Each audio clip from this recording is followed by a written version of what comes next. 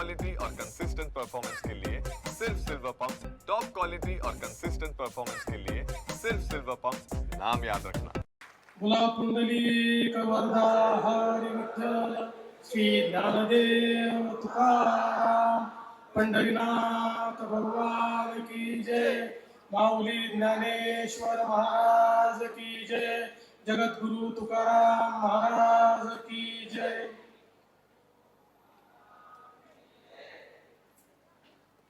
हिंदवी स्वराज्याचे संस्थापक छत्रपती शिवरायांना मानाचा मुजरा करतो। भारतीय राज्यघटनेचे शिल्पकार भारतरत्न डॉक्टर बाबासाहेब आंबेडकर यांना मानवंदना अर्पित करतो।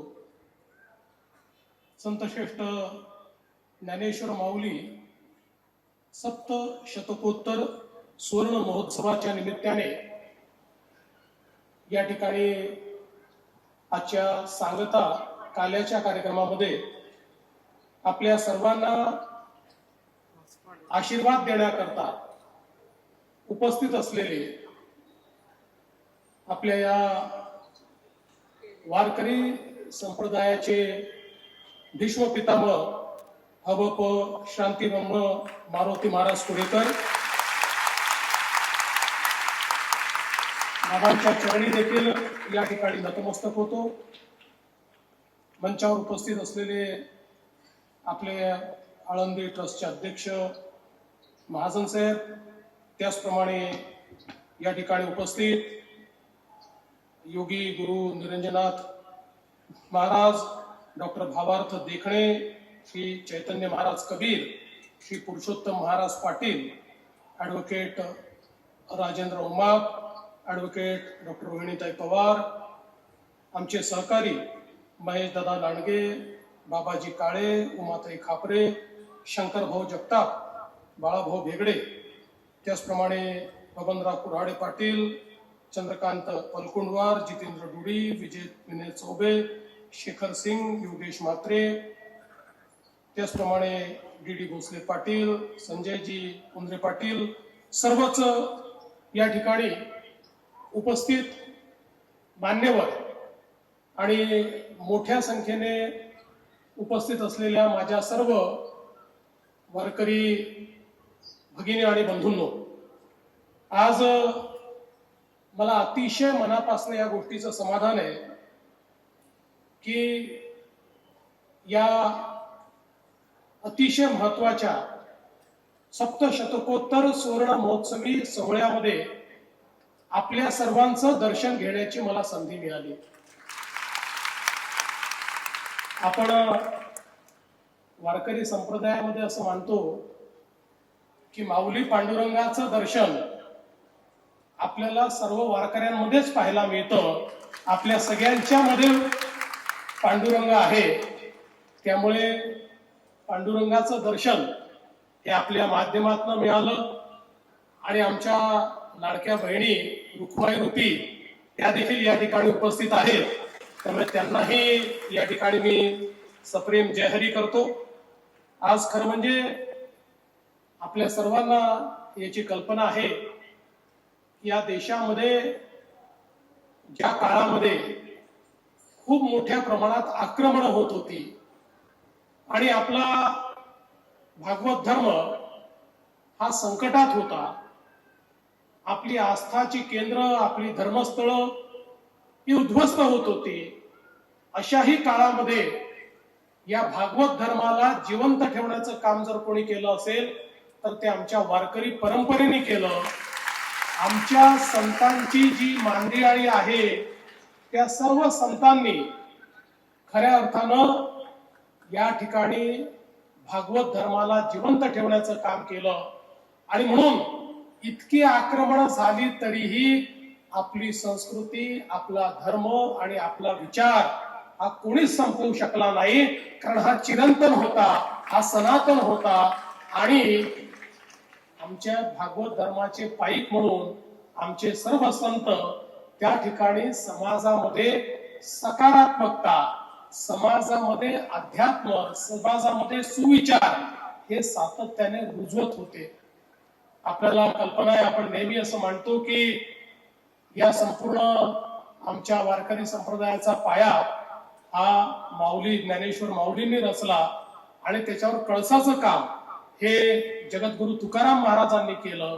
पण या सगळ्या मांदियाळीमध्ये संतांची इतकी मोठी परंपरा आपल्याला लाभली आणि सगळ्यात महत्वाचं जर काही असेल तर आमच्या भागवत संप्रदायाने, आमच्या या वारकरी संप्रदायाने जात पंथ भाषा विरहित समाज अशा प्रकारे या ठिकाणी निर्माण केला की जो एकमेकांमध्ये केवळ ईश्वर पाहतो, तो एकमेकाचे पैसे पाहत नाही, जात पाहत नाही, पंथ पाहत नाही, काहीच पाहत नाही.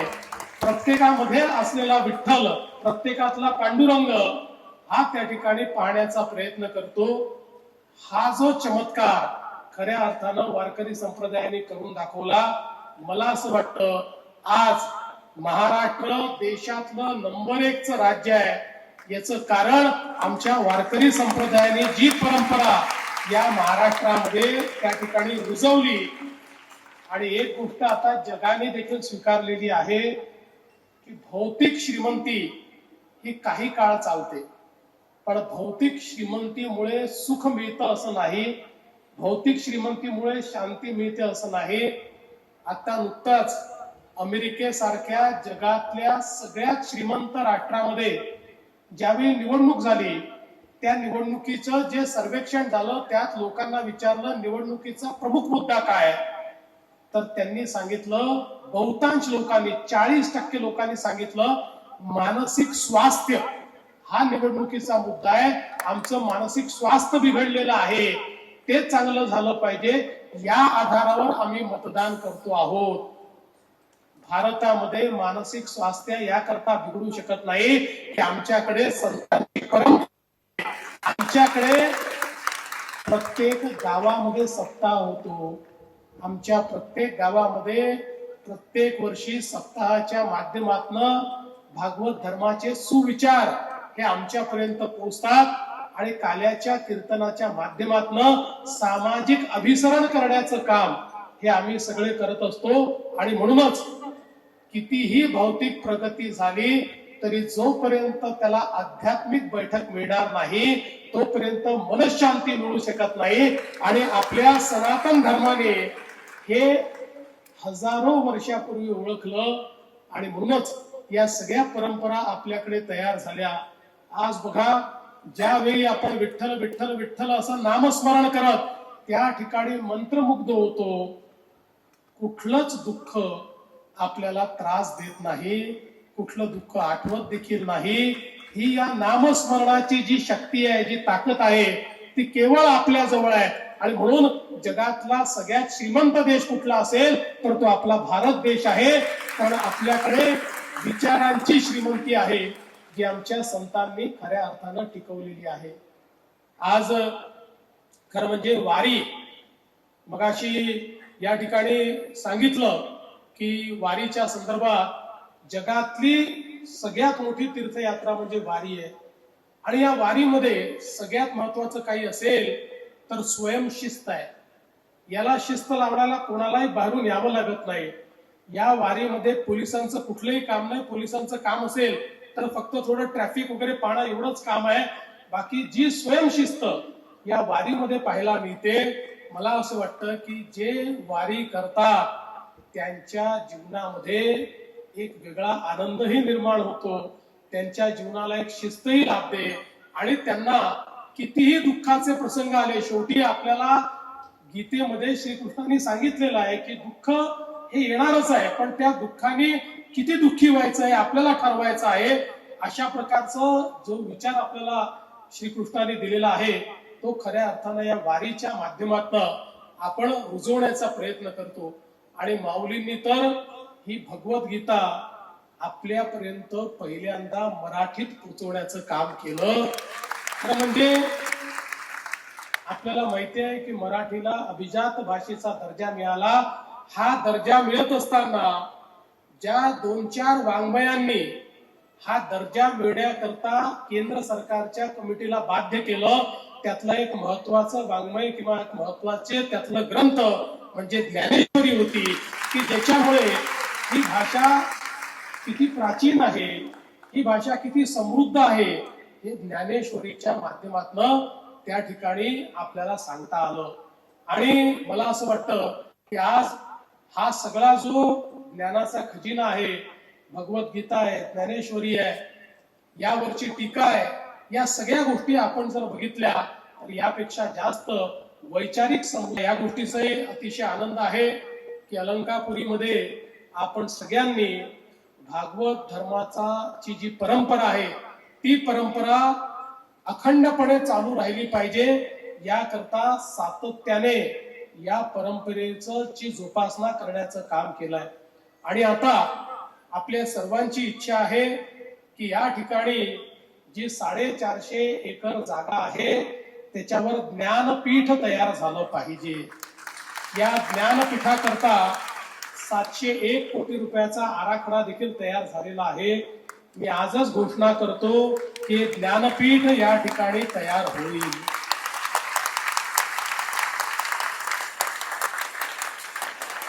विठ्ठलाचा आशीर्वाद काय असतो बघा. मी पहिल्यांदा मुख्यमंत्री झालो त्यावेळी इथल्या विकास आराखड्यामध्ये मंदिराच्या सगळ्या जागांवर आरक्षण होतं. आणि मग आपण सर्व लोक माझ्याकडे आला होता आणि त्यावेळी या जागा सोडवण्याचं काम आपण केलं. त्या जागा त्यावेळी सोडवल्या. मला असं वाटतं की कदाचित हे ज्ञानपीठ होणं हे ईश्वराने माझ्याच हाताने व्हावं असं योजिलं असेल. म्हणून मला पुन्हा एकदा मुख्यमंत्री आपल्या आशीर्वादाने बनता आलं. त्यामुळे हे जे काही आशीर्वादाचं कर्ज तुम्ही दिलेलं आहे त्या कर्जात तर जीवनभर राहील, पण त्याची थोडी उतराई होण्याकरता हे ज्ञानपीठ जे आपल्याला तयार करायचं आहे ते निश्चितपणे आपण तयार करू. आणि हा जो भागवत विचार आहे, हा जो काही आपली परंपरा आहे, आपली संस्कृती आहे, जो शाश्वत विचार आहे, जो सनातन विचार आहे, हा विचार रुजला पाहिजे. या दृष्टीनं सर्व प्रकारचं ज्ञान या ज्ञानपीठाच्या माध्यमातून शतकानुशतक पुढे गेलं पाहिजे. अशा प्रकारचं जगाला हेवा वाटेल असं ज्ञानपीठ या ठिकाणी आपण तयार करणार आहोत, हे मला निश्चितपणे आपल्याला सांगायचं आहे. यासोबत आपल्याला कल्पना आहे की आपली सगळ्यांची इच्छा आहे इंद्रायणी नदी. इंद्रायणी नदी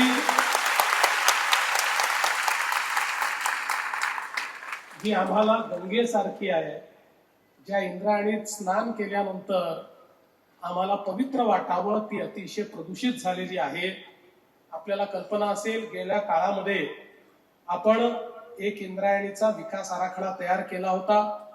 मध्यंतरीच्या काळामध्ये स्पीड ब्रेकर आले होते, नंतर ते स्पीड ब्रेकर सगळे दूर झाले आणि आता हा आराखडा सर्व प्रकारच्या मंजुऱ्या घेऊन आम्ही केंद्र सरकारकडे निधी करता पाठवलेला आहे. मला विश्वास आहे की हा आराखडा लवकरात लवकर आम्ही केंद्र सरकारकडनं मंजूर करून घेऊ आणि या आराखड्याच्या माध्यमातून पिंपरी चिंचवड महानगरपालिकेसहित 39 छोटी मोठी गावं आणि शहर आहेत की ज्याचं संपूर्ण घाण पाणी, सांडपाणी इंद्रायणीमध्ये चाललेलं आहे. हे सगळं पाणी त्या ठिकाणी शुद्ध करणे आणि केवळ शुद्ध पाणीच इंद्रायणीत जाईल अशा प्रकारचा आराखडा तयार केलेला आहे. त्याचं आपण आता नुकतंच एक टेंडर देखील काढलेलं आहे. लवकरच त्याच्या कन्सल्टंटचा वर्क ऑर्डर आपण देऊ. आणि मी आपल्याला या ठिकाणी सांगतो, काल आपण जे जलपूजन केलेलं आहे ते जलपूजन या ठिकाणी वाया जाणार नाही. आपल्या इंद्रायणीचं जल हे तसंच पूजनीय होईल अशा प्रकारचा प्रयत्न हा निश्चितपणे आपण करणार आहोत. केवळ आपल्याला सांगतो की हे काम लवकरात लवकर सुरू करू, पण हे काम पूर्ण व्हायला कालावधी लागतो. कारण आपल्याला माहिती आहे की जे सीवेज ट्रीटमेंट प्लॅन्ट तयार करावे लागतात त्याला थोडासा कालावधी लागतो, पण जो काही कालावधी लागेल तेवढा कालावधी कमीत कमी कालावधी या ठिकाणी घेऊन आणि आपण या आमच्या इंद्रायणी नदीला निर्मल करू, अविरल करू, अतिशय स्वच्छ करू. हा शब्द आज या निमित्ताने मी आपल्याला निश्चितपणे देतो. आणि यासोबत एक अजून महत्वाची गोष्ट आपण या ठिकाणी सांगितलेली आहे. खरं म्हणजे परमपूज्य हबप शांतीब्रह्म मारुती महाराज कुरेकर हे आपल्या या भागवत धर्माचे अर्धव्यू आहे. त्यामुळे निश्चितपणे त्यांना पद्म पुरस्कार मिळाला पाहिजे अशा प्रकारची शिफारस ही राज्य सरकार याच वर्षी केंद्र सरकारकडे करेल आणि केंद्रात जाऊन आम्ही विनंती करू की आमची शिफारस केंद्र सरकारने मान्य करावी. हा देखील मी आपल्याला या निमित्ताने शब्द देतो.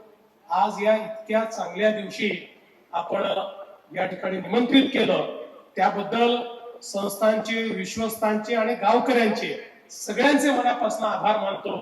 आणि आपण सगळे मिळून या ठिकाणी आपलं जे विचारांचं वैभव आहे ते पुन्हा प्रस्थापित करूया अशा प्रकारची या ठिकाणी अपेक्षा व्यक्त करून माझं बोलणं संपवतो. धन्यवाद. जय हिंद, जय महाराष्ट्र, रामकृष्ण हरी. धन्यवाद साहेब. सर्वांनी खाली बसायचं. या